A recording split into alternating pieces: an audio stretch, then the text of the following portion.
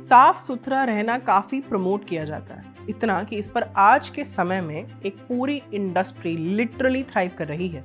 Personal care और grooming से related content online off the charts number लाता है। मॉइस्चराइजर्स, क्रीम्स, सेरम्स, बेहद सुंदर और एस्थेटिक आर्टिजनल सोप्स, साबुन, इनकी खूबसूरती ने अलग ही बिजनेस खड़ा कर दिया है। साल 2024 में दुनिया भर का साबुन बाजार लगभग 48.05 अरब डॉलर्स, मतलब लगभग 4.23 लाख करोड़ रुपए का था, और अनुमान है कि 2032 तक की बढ़कर 76.45 अरब डॉलर्स, लगभग 7 लाख करोड़ रुपए का हो जाएगा। और साबुन, चाहे एस्थेटिक हो, आर्टिजनल हो या सिंपल, जो हम और आप रोज इस्तेमाल करते हैं, हमेशा से ही कितने जरूरी रहे हैं पर्सनल हाइजीन के लिए। इनफैक्ट बीमारियों से बचने के लिए भी, हैजा आदि से बचने के लिए जनहित में जारी एड्स तो याद ही होंगे आपको। खाने से पहले और बाद में साबुन से हाथ धोना, शौच के बाद साबुन से हाथ धोना। साबुन हमारे जीवन में ऐसे बैठ चुके हैं जैसे अलग कभी थे ही नहीं। मानो हर कोई एक टिक्की साथ लेकर पैदा होता है और उसे ही रिफिल या रिप्लेस करता रहता है। ऑफ कोर्स ये सच नहीं है, पर सोप्स की इंपॉर्टेंस वो तो सच ही है। पर बीमारी और गंदगी के खिलाफ ये औजार अस्तित्व में आया कैसे हुई थी साबुन बनाने इस्तेमाल करने की शुरुआत। नमस्ते, मेरा नाम है आस्था और आप देख रहे हैं खबरगांव। आज बताएंगे इंटरेस्टिंग किस्सा साबुन का, इसकी शुरुआत, इस्तेमाल, इसमें साल दर साल आए बदलाव और इस प्रोडक्ट के बेहद इंटरेस्टिंग एवोल्यूशन का। तो चलिए शुरू से शुरू करते हैं। सभ्यता के शुरुआती दिनों से ही इंसानों ने अपने सामान को साफ करने की जरूरत महसूस की। यही वजह रही एक जादुई सी खोज की।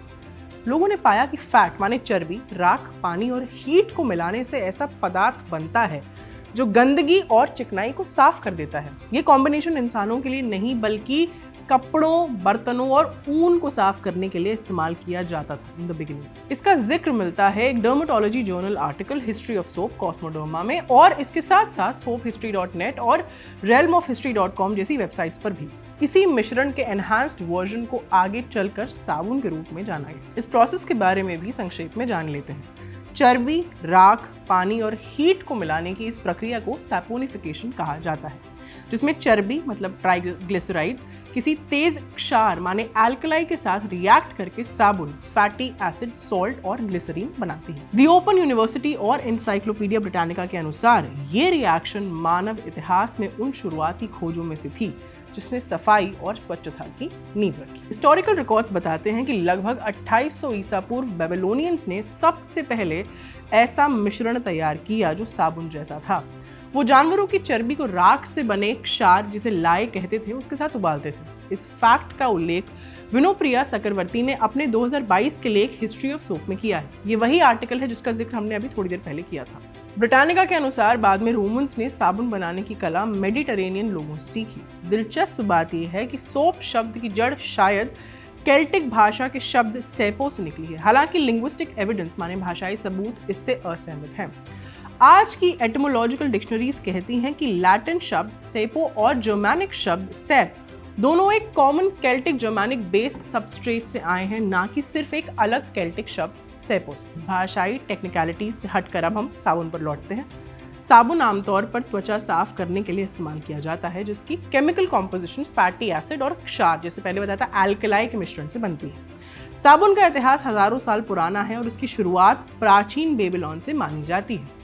इसकी शुरुआत भी एग्जैक्टली डेटेड नहीं है। F.W. गिब्स के article the history of manufacture of soap से हमें पता चलता है कि सबसे पहला साबुन एक चिकना और बदबूदार मिश्रण था जो जानवरों की चर्बी को लकड़ी की राख से बने एल्कलाई के साथ पकाकर बनाया जाता था। गिब्स का आर्टिकल और J.A. हंट का 1999 में फार्मास्यूटिकल जर्नल में छपा article a short history of soap हमें बताते हैं कि त्वचा की सफाई माने स्किन क्लेंजिंग की कला हजारों सालों में विकसित हुई है। ये कभी निजी स्वच्छता, कभी धार्मिक अनुष्ठान, तो कभी थेरेप्यूटिक पर्पस के चलते की जाती थी।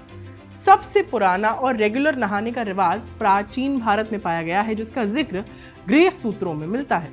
उन दिनों लोग शरीर की गंदगी हटाने के लिए हड्डी या पत्थर के टुकड़ों का इस्तेमाल करते थे ताकि त्वचा की अशुद्धियां खुरच कर निकाली जा सके। बाद की सभ्यताओं में लोग सोपवर्ट नामक पौधे की राख को पानी में घोलकर उससे हाथ और शरीर धोते थे। यहाँ तक कि प्राचीन रोमन लोग जो एक्वेडक्ट प्रणाली और पब्लिक बाथ्स के पायनियर रहे, वो भी साबुन का उपयोग नहीं करते थे। माना जाता है कि फेमस क्वीन क्लियोपाट्रा अपने नहाने के लिए खुशबूदार तेल, एसेंशियल ऑयल्स और सफेद महीन रेत का प्रयोग करती थी, जिससे शरीर को रगड़कर साफ किया जा सके।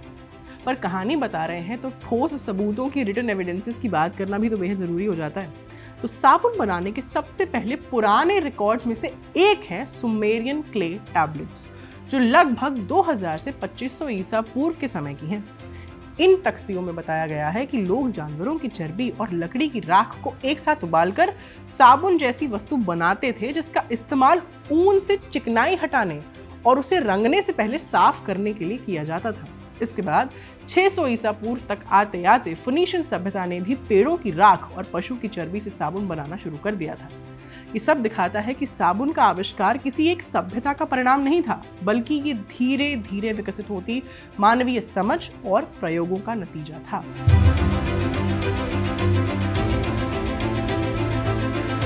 चार्जन वैली सोप एंड साल्व के article the origin and history of soap में बताया गया है कि कैसे साबुन एक प्राचीन जरूरत से इवॉल्व होकर रिफाइंड क्लेंजिंग प्रोडक्ट बन गया, जिसमें इतिहास, लोक कथाएं और विज्ञान आपस में घुल मिल जाते हैं।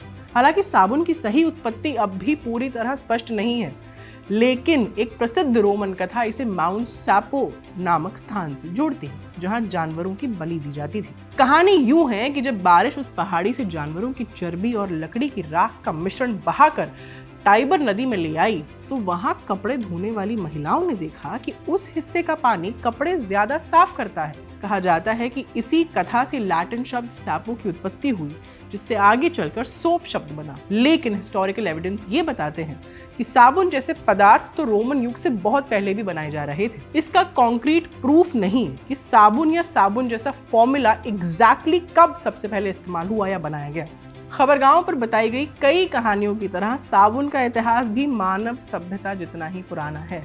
ये दर्शाता है कि इंसानों की स्वच्छता की खोज मानव सभ्यता जितनी ही प्राचीन है। प्राचीन बेबीलोन 2800 ईसा पूर्व की आर्कियोलॉजिकल खोजों से ऐसे मिट्टी के सिलेंडर्स मिले हैं जिन पर एक फॉर्मूला गुदा हुआ है, जिसमें बताया गया है कि कैसे चर्बी माने फैट को लकड़ी की राख और पानी के साथ उबालकर एक सफाई करने वाला पदार्थ बनाया जाता था।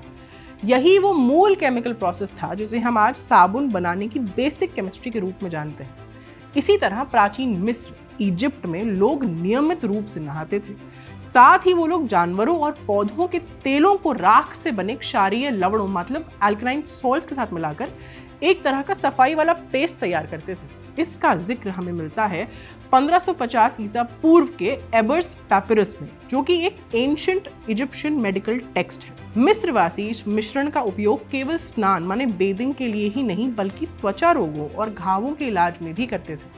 ये दर्शाता है कि साबुन की शुरुआत मेडिसिनल और कॉस्मेटिक वैल्यू के चलते हुई थी। बाद में जब ये ज्ञान रोमन सभ्यता तक पहुंचा, तो साबुन बनाने की कला कई संस्कृतियों में फैल चुकी थी। रोमन लेखक प्लिनी द एल्डर ने अपनी प्रसिद्ध कृति नेचुरल हिस्ट्री में सैपो का उल्लेख किया है, जो गॉल और जर्मन लोगों द्वारा चर्बी और राख से बनाया जाता था। दिलचस्प बात यह है कि उस समय इसका उपयोग मेनली बालों की सफाई और रंगाई के लिए किया जाता था, यानी साबुन तब भी स्वच्छता और सौंदर्य दोनों का प्रतीक था। 130 से 200 एडी के बीच फेमस ग्रेको रोमन फिजिशियन गालेन, जो एंशिएंट मेडिसिन के सबसे इन्फ्लुएंशियल लोगों में से एक माने जाते हैं, ने पर्सनल हाइजीन के लिए साबुन के महत्व पर विस्तार से लिखा। गालेन का मानना था कि शरीर को नियमित रूप से धोना केवल साफ सफाई का काम नहीं, बल्कि स्वास्थ्य बनाए रखने की एक जरूरी प्रक्रिया है। उन्होंने साबुन को एक उपयोगी पदार्थ बताया जो त्वचा को अच्छी तरह साफ करने और स्वास्थ्य को सुरक्षित रखने में मदद करता है। जहां पहले के कई विचारक स्नान को सिर्फ लग्जरी मानते थे, वहीं गालेन ने इसके मेडिकल और हाइजीनिक बेनिफिट्स पर जोर दिया। उन्होंने सुझाव दिया कि साबुन से नहाने से त्वचा की अशुद्धियां और रोगाणु मतलब इम्प्योरिटीज और जर्म्स दूर होते हैं, जिससे बीमारियों की रोकथाम में मदद मिलती है। गालेन की ये रचनाएं इतिहास में साबुन के सबसे शुरुआती मेडिकल एंडोर्समेंट्स में गिनी जाती हैं। उनके विचारों ने न केवल रोमन साम्राज्य में नहाने और सफाई की परंपरा को फैलाया, बल्कि आने वाली कई शताब्दियों तक मेडिकल और घरेलू आदतों को भी खासा प्रभावित किया। 7वीं से 13वीं शताब्दी के बीच मुस्लिम वैज्ञानिकों और केमिस्ट्स ने साबुन बनाने की कला में रेवोल्यूशनरी बदलाव किए। उन्होंने इसे एक साधारण चर्बी और राख के मिश्रण से आगे बढ़ाकर एक रिफाइंड और साइंटिफिक प्रक्रिया में बदल दिया, जिसने आगे चलकर मॉडर्न हाइजीन की नींव रखी। जहां पहले की सभ्यताएं जैसे सुमेरियंस या रोमन्स केवल चर्बी और राख का मिश्रण इस्तेमाल करते थे, वहीं इस्लामिक गोल्डन एज में वैज्ञानिकों ने साबुन को एक सटीक रासायनिक विधि से तैयार करना शुरू किया। इस दौर में बसरा, दमास्कस, अलेपो और नाब्लुस जैसे शहर साबुन बनाने के मेन सेंटर्स बन गए। मुस्लिम केमिस्ट्स ने ये प्रक्रिया विकसित की कि कैसे पशु या वनस्पति तेलों को अल्कलाइन सब्सटेंसेस जैसे सोडियम हाइड्रोक्साइड या पोटेशियम कार्बोनेट के साथ मिलाकर उबाला जाए, ताकि एक सॉफ्ट, स्मूथ और सुगंधित साबुन की टिकिया तैयार की जा सके। फेमस स्कॉलर अहमद वाई अल हसन ने अपनी किताब साइंस एंड टेक्नोलॉजी इन इस्लाम में लिखा है कि इन शुरुआती इस्लामी साबुन निर्माताओं ने सबसे पहले तेलों को अल्कलीज के साथ उबालकर कंट्रोल्ड प्रोसेस किया, जिसे पहले बताया था सपोनिफिकेशन कहा जाता है। मुस्लिम साइंटिस्ट द्वारा ये प्रोसेस यूरोपीय वैज्ञानिकों से कई शताब्दियों पहले खोजा जा चुका था। इस तरह मुस्लिम वैज्ञानिकों ने साबुन को केवल एक घरेलू वस्तु नहीं बल्कि एक वैज्ञानिक खोज के रूप में विकसित किया, जिसने मानव सभ्यता को साफ सफाई और स्वास्थ्य के एक नए युग में एंट्री दी। उन्होंने न सिर्फ साबुन बनाने की तकनीक को सुधारा, बल्कि उसमें खुशबूदार और नेचुरल एडिटिव्स का इस्तेमाल करने की शुरुआत भी की। उन्होंने साबुन में गुलाब जल, कस्तूरी और जड़ी बूटियों जैसे पदार्थ मिलाए, जिससे दुनिया को पहले परफ्यूम्ड और मेडिसिनल साबुन मिले। इसी दौर में बना अलेप्पो का मशहूर साबुन, जो ऑलिव ऑयल और लॉरेल ऑयल मतलब तेज पत्ते के तेल से तैयार किया जाता था, ये बहुत फेमस हुआ और उसकी ख्याति आज भी बरकरार है। दिलचस्प बात यह है कि अलेप्पो साबुन आज भी लगभग उसी पारंपरिक विधि से बनाया जाता है जो सदियों पहले विकसित हुई थी। हिस्टोरिकल सोर्सेज में भी उसका उल्लेख मिलता है, जैसे कि 9वीं शताब्दी के फारसी वैज्ञानिक अल राजी, जिन्हें रहसेस के नाम से भी जाना जाता है, की किताब अल असरार में। इस ग्रंथ में उन्होंने क्लेंजिंग एजेंट्स और एंटीसेप्टिक्स बनाने के केमिकल प्रोसेसेस को डिटेल में बताया है। ये सब प्रमाणित करता है कि मुस्लिम जगत में साबुन बनाना एक अप्लाइड साइंस बन चुका था, जहां न सिर्फ सफाई बल्कि सुगंध, औषधीय गुण और रासायनिक शुद्धता पर भी ध्यान दिया जाता था। 12वीं शताब्दी तक आते आते इस्लामी सभ्यता में बना साबुन यूरोप के कई देशों जैसे स्पेन, इटली और फ्रांस तक पहुंच चुका था। उस समय यूरोप में इंडस्ट्रियलाइजेशन शुरू भी नहीं हुई थी, लेकिन मुस्लिम जगत से आए हाई क्वालिटी साबुन ने वहां की स्वच्छता की परंपरा को पूरी तरह बदल दिया। हिस्टोरियन कैथरीन एशनबर्ग अपनी पॉपुलर किताब द डर्ट ऑन क्लीन में लिखती हैं, साबुन बनाने की कला मुस्लिम दुनिया में परफेक्टली डेवलप हुई और यहीं से ये वेस्टर्न वर्ल्ड में पहुंची। इससे ये क्लियर होता है कि मुस्लिम साइंटिस्ट्स और इनोवेटर्स ने केवल साबुन की गुणवत्ता को बेहतर नहीं बनाया, बल्कि उन्होंने स्वच्छता माने क्लेanलीनेस की परिभाषा ही बदल दी। उन्होंने इसे साइंटिफिक और स्पिरिचुअल दोनों ही सूरतों में एक अहम गुण माना, जो कुरान में वर्णित पवित्रता, प्योरिटी की अवधारणा से गहराई से जुड़ा हुआ था। उनकी ये विरासत आज भी जीवित है, न केवल साबुन की केमिस्ट्री में बल्कि उनकी क्राफ्ट्समैनशिप में भी। मॉडर्न टाइम्स में हम जिस तरह के साबुन और क्लेंजर्स इस्तेमाल करते हैं, उनकी जड़ें सीधे तौर पर इस्लामी वैज्ञानिक परंपरा से जुड़ी हुई हैं। ये नकारा नहीं जा सकता।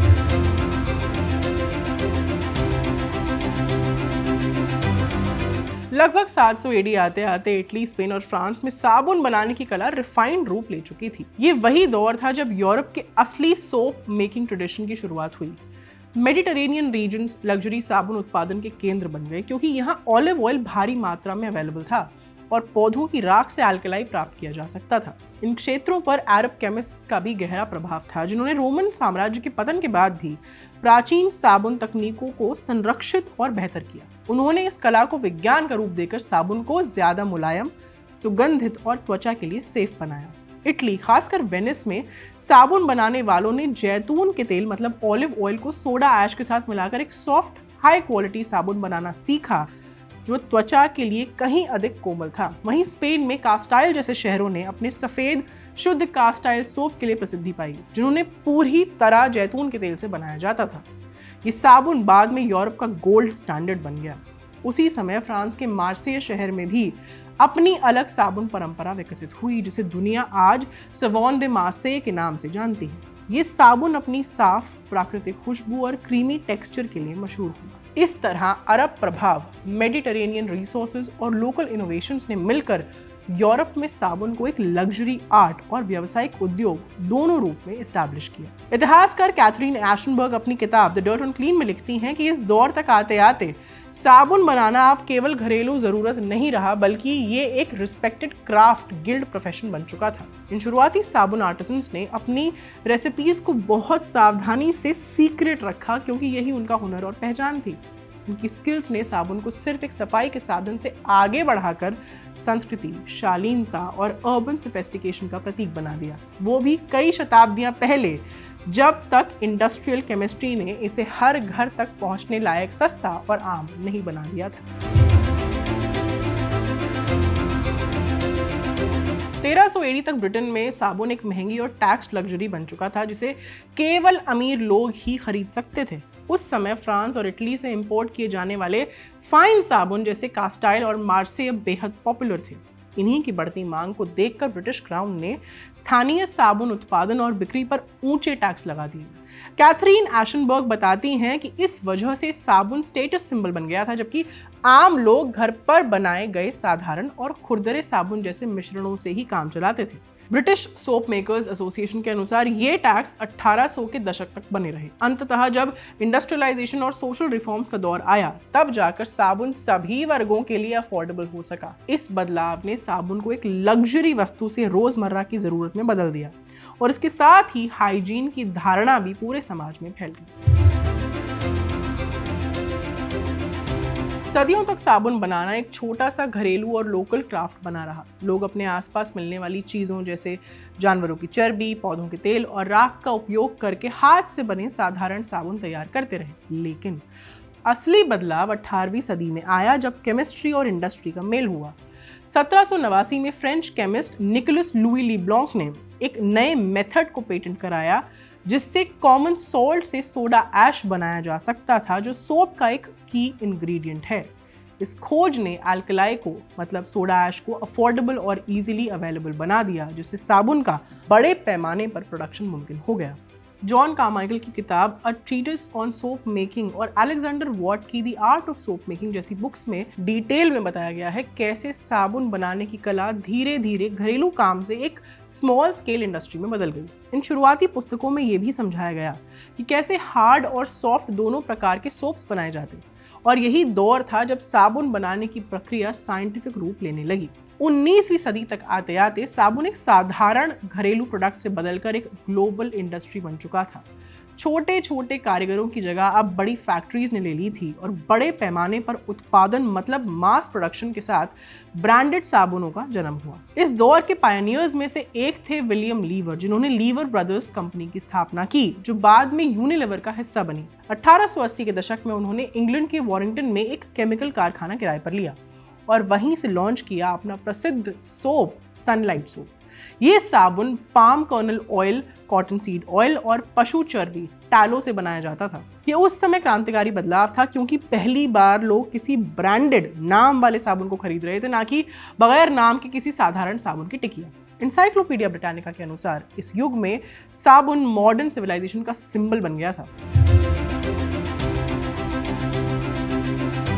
18वीं शताब्दी के अंत और 19वीं शताब्दी में जब कमर्शियल सोप्स और ब्रांडेड हाइजीन प्रोडक्ट सामने आए, तो ये सिर्फ एक इंडस्ट्रियल अचीवमेंट नहीं थी, बल्कि इसने दुनिया भर की स्वास्थ्य आदतों, सामाजिक मूल्यों और यहाँ तक कि रेशियल पॉलिटिक्स को भी बदल कर रख दिया। जो काम पहले स्मॉल स्केल क्राफ्ट्समैनशिप था, वही आगे चलकर मॉडर्न कंज्यूमर इंडस्ट्रीज में से एक बना, जिसने रसायन विज्ञान माने केमिस्ट्री, औपनिवेशिक व्यापार माने कॉलोनियल ट्रेड और प्रभावशाली विज्ञापनों, पावरफुल एडवर्टाइजिंग में तेजी से बढ़ाया। इस मॉडर्न सोप इंडस्ट्री की कहानी की शुरुआत एंड्रू पियर्स से होती है, जिन्होंने 1789 में दुनिया का पहला रजिस्टर्ड साबुन ब्रांड पियर्स सोप बनाया था। लंदन के सोहो इलाके में तैयार किया गया उनका ये ट्रांसपेरेंट और जेंटल साबुन अपनी प्योरिटी और रिफाइनमेंट के चलते अपर क्लास में बहुत लोकप्रिय हुआ। The Oxford companion to the body और कैथरीन एशनबर्ग के अनुसार पियर्स सोप के आने से एक बड़ा बदलाव आया। अब साबुन केवल एक घरेलू जरूरत नहीं रहा, बल्कि एक कमर्शियल लग्जरी बन गया। ये वही समय था जब स्वच्छता, सुंदरता और सामाजिक पहचान एक दूसरे से जुड़ने लगे, और साबुन सिर्फ शरीर साफ करने का साधन नहीं, बल्कि सभ्यता और वर्ग की पहचान बन गया। जब ब्रिटेन का साबुन टैक्स 1853 में समाप्त किया गया, तो साबुन के प्रोडक्शन में मैसिव एक्सपेंशन हुआ। अब ये एक मास मार्केट कमोडिटी बन गया। इसी दौर में लीवर ब्रदर्स और अमेरिका की प्रॉक्टर एंड गैम्बल जैसी कंपनियों ने साबुन को हर घर की जरूरत बना दिया। लीवर ब्रदर्स ने मार्केटिंग की दुनिया में क्रांति ला दी। उन्होंने साफ सफाई को नैतिकता और सामाजिक सम्मान से जोड़ दिया, जिससे साबुन केवल एक यूजफुल प्रोडक्ट नहीं बल्कि एक कल्चरल वैल्यू बन गया। सनलाइट सोप दुनिया के पहले ग्लोबल ब्रांड्स में से एक था, जिसका प्रचार यूरोप, भारत और अफ्रीका तक फैला हुआ था। लेकिन इस उभार के साथ कंट्रोवर्सीज भी जुड़ी हुई।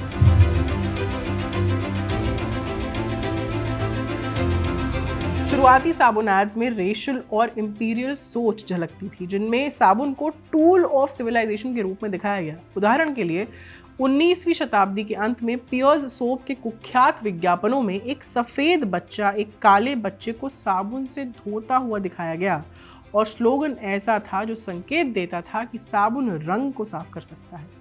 कल्चरल थियोरिस्ट एंड मैकक्लिंटॉक ने अपनी फेमस किताब imperial leather, race, gender and sexuality in the colonial context में लिखा कि ऐसे विज्ञापनों ने कॉलोनियल हायरार्कीज और रेशियल डिस्क्रिमिनेशन को मजबूत किया। उन्होंने बताया कैसे साबुन का प्रतीक स्वच्छता को श्वेतता माने वाइटनेस और वेस्टर्न सुपीरियोरिटी से जोड़ता गया, जिससे साफ सफाई का अर्थ ही सभ्यता बनाम असभ्यता की कहानी में बदल गया। ये नस्लीय विज्ञापन कोई अलग थलग उदाहरण नहीं थे, बल्कि अपने समय की इंपीरियल मार्केटिंग स्ट्रैटेजी का हिस्सा थे। बड़ी कंपनियों ने कॉलोनियल इमेजरी का इस्तेमाल करते हुए ये धारणा फैलाई कि साफ सफाई और नैतिकता माने हाइजीन एंड मोरालिटी केवल सभ्य समाजों का गुण है, जबकि आदिम समाजों माने प्रिमिटिव सोसाइटीज में इसकी कमी है। इस विचार ने न केवल पश्चिमी साबुन ब्रांड्स के लिए ग्लोबल मार्केट तैयार की, पर साथ ही कल्चरल और रेशियल स्टीरियोटाइप्स को भी फैलाया। ये झूठी सभ्यता की कहानी सिर्फ उपनिवेशों तक सीमित नहीं रही, बल्कि इंडस्ट्रियल देशों के भीतर भी नैतिक और आर्थिक टकराव माने एथिकल एंड मार्केट राइवलरीज को जन्म दिया। उदाहरण के लिए लीवर ब्रदर्स को 20वीं सदी की शुरुआत में अपने अग्रेसिव एडवर्टाइजिंग और लेबर एक्सप्लॉयटेशन के कारण आलोचनाओं का सामना करना पड़ा। इतिहासकार डीजे जेरेमी अपनी किताब the transfer of international technology में लिखते हैं कि लीवर ब्रदर्स का अफ्रीका में विस्तार कॉलोनियल रॉ मटेरियल्स पर डिपेंड करता था, खासकर पाम ऑयल सप्लाई चेन्स पर, जिसे अक्सर एक्सप्लॉयटेटिव प्रैक्टिसेस से हासिल किया जाता था। उधर प्रॉक्टर एंड गैम्बल पर भी आरोप लगे कि उन्होंने अपने आइवरी सोप जैसे सस्ते मास प्रोड्यूस्ड साबुन के जरिए छोटे सोप मेकर्स को बाजार से बाहर कर दिया। ये वो समय था जब इंडस्ट्रियल प्रोडक्शन और बड़े एड बजट्स ने आर्टिजन सोप मेकिंग को लगभग खत्म कर दिया था। इस तरह साबुन उद्योग की कहानी केवल सफाई या विज्ञान की नहीं, बल्कि सत्ता, पूंजी और कॉलोनियल पॉलिटिक्स की भी रही है, जहां स्वच्छता का विचार अक्सर मॉरल और रेशियल सुपीरियोरिटी के रूप में प्रस्तुत किया गया। 20वीं सदी की शुरुआत तक लक्स, लाइफबॉय और आइवरी जैसे कमर्शियल साबुन पूरी दुनिया में घर घर के नाम बन चुके थे। इन ब्रांड्स को प्योरिटी, ब्यूटी और मॉडर्निटी की इमेज के साथ प्रमोट किया गया, जिससे साबुन केवल एक सफाई का साधन नहीं बल्कि एक सोशल सिंबल बन गया था। लेकिन इस चमकदार उद्योग के पीछे गहरे नैतिक और सामाजिक विरोधाभास छिपे थे। व्यापार और नैतिकता माने कॉमर्स एंड एथिक्स, प्रगति और शोषण माने प्रोग्रेस और एक्सप्लॉयटेशन, और स्वच्छता और विचारधारा मतलब हाइजीन और आइडियोलॉजी के बीच। द डर्ट ऑन क्लीन में कैथरीन एशनबर्ग ने लिखा है कि साबुन उद्योग की सफलता साफ सफाई बेचने से ज्यादा आदर्शों को बेचने की कहानी थी। यानी साबुन ने जितना शरीर को साफ किया, उतना ही समाज के आदर्शों, वर्ग भेद मतलब क्लासिज्म, नस्लवाद मान रेसिज्म और अग्रेसिव कैपिटलिज्म को भी मिरर किया। आखिरकार ये साबित हुआ कि साबुन जैसा मामूली सा प्रोडक्ट भी दुनिया के नैतिक विरोधाभासों और शक्ति संरचनाओं मतलब पावर स्ट्रक्चर्स का आईना बन सकता है, जहां हर स्वच्छता का वादा सामाजिक असमानताओं की परतों को भी छूता रहा। फिर आया 20वीं सदी का दौर, जो एक बड़े संकट के साथ एक नई खोज भी लेकर आया। पहले विश्व युद्ध 1914 से 18 के दौरान दुनिया के कई देशों को नेचुरल ऑयल्स और फैट्स की भारी कमी का सामना करना पड़ा। ये वही पदार्थ थे जिनसे साबुन बनाया जाता था, लेकिन युद्ध के समय इन्हें खाने के तेल, मशीनों के लुब्रिकेंट्स और बारूद मतलब एक्सप्लोजिव्स बनाने के लिए इस्तेमाल किया जाने लगा। जर्मनी, जो उस समय व्यापार नाकाबंदी मतलब ट्रेड ब्लॉकेड से जूझ रहा था, में इन कच्चे मालों का इंपोर्ट लगभग बंद हो गया। इस कमी ने वैज्ञानिकों को नए विकल्प खोजने के लिए प्रेरित किया। अब ध्यान इस बात पर था कि ऐसा पदार्थ बनाया जाए जो जानवरों की चर्बी पर निर्भर ना करता हो। एनसाइक्लोपीडिया ब्रिटानिका के article soap and detergent early synthetic detergents के अनुसार इसी समय जर्मनी में प्रथम विश्व युद्ध के दौरान दुनिया के पहले सिंथेटिक डिटर्जेंट्स डेवलप किए गए। इनका उद्देश्य था अवेलेबल नेचुरल फैट्स को बाकी जरूरी कामों में इस्तेमाल करना, जबकि सफाई के लिए एक केमिकल अल्टरनेटिव तैयार करना।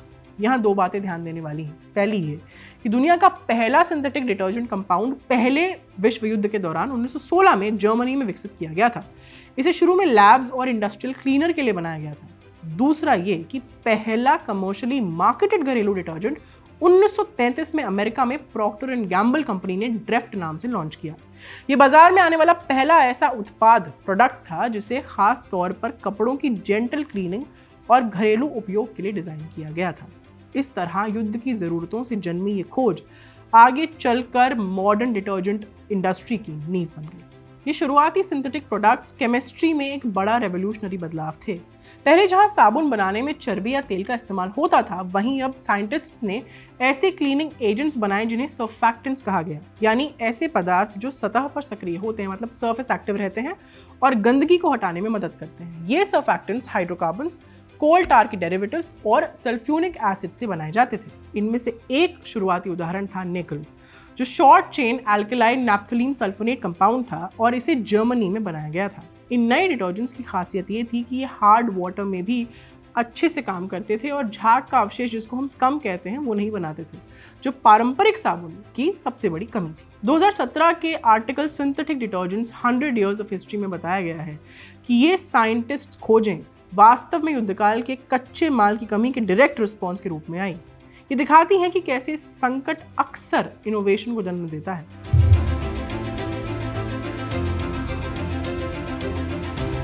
उत्तरी लेबनान के शहर त्रिपोली में स्थित मसबनत अवैदा आज भी ट्रेडिशनल सोप मेकिंग की एक जीवित मिसाल है। ये एक परिवार द्वारा संचालित पुरानी साबुन फैक्ट्री है जिसकी स्थापना 19वीं सदी में लगभग 1870 से 1880 के बीच हुसैन अवैदा ने की थी। इसे लेबनान की सबसे पुरानी लगातार काम करने वाली साबुन फैक्ट्री माना जाता है।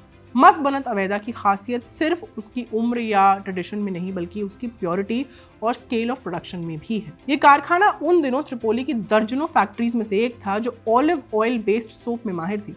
रिपोर्ट्स के मुताबिक ये फैक्ट्री एक बार में लगभग 30,000 साबुन की टिक्कियां बना सकती थी, और वो भी पूरी तरह प्योर ऑलिव ऑयल से। आज भी मसबनत अवैदा न केवल लेबनानी विरासत का प्रतीक है, बल्कि ये उस प्राचीन साबुन बनाने की कला को जीवित रखे हुए है जिसने सदियों पहले इस एरिया को मेडिटेरेनियन सोप ट्रेड का सेंटर बना दिया था। इस फैक्ट्री में आज भी साबुन बनाने की ट्रेडिशनल कला पूरी तरह आर्टिजनल मेथड से अपनाई जाती है। यहाँ के कारीगर लोकल ऑलिव ग्रोव से प्राप्त शुद्ध ऑलिव ऑयल लेते हैं, फिर उसे अल्कलाई और पानी के साथ बड़े बड़े टैंक्स में मिलाया जाता है। इस मिश्रण को गर्म करने के बाद उसे फैक्ट्री के फर्श पर फैलाया जाता है, जहां वो धीरे धीरे ठंडा होकर जम जाता है। फिर इसे हाथों से काटा जाता है और साबुन की टिक्कियों को ऊंचे ढेरों में सजाकर कई हफ्तों तक हवा में सूखने के लिए रखा जाता है। हालांकि आज के मॉडर्न चैलेंजेस जैसे कंज्यूमर्स की बदलती आदतें, लिक्विड सोप्स और लार्ज स्केल प्रोडक्शन कंपटीशन और लेबनान की आर्थिक अस्थिरता इस उद्योग के लिए मुश्किलें पैदा कर रही है, फिर भी मसबनत अवैदा आज भी एक्टिव है। ये फैक्ट्री सिर्फ साबुन नहीं बनाती, बल्कि लेबनान की सांस्कृतिक और औद्योगिक विरासत को जिंदा रखती है। उनकी मेहनत इस बात का प्रतीक है कि गुणवत्ता और परंपरा मिलकर किसी क्राफ्ट को समय की कसौटी पर अमर बना सकते हैं।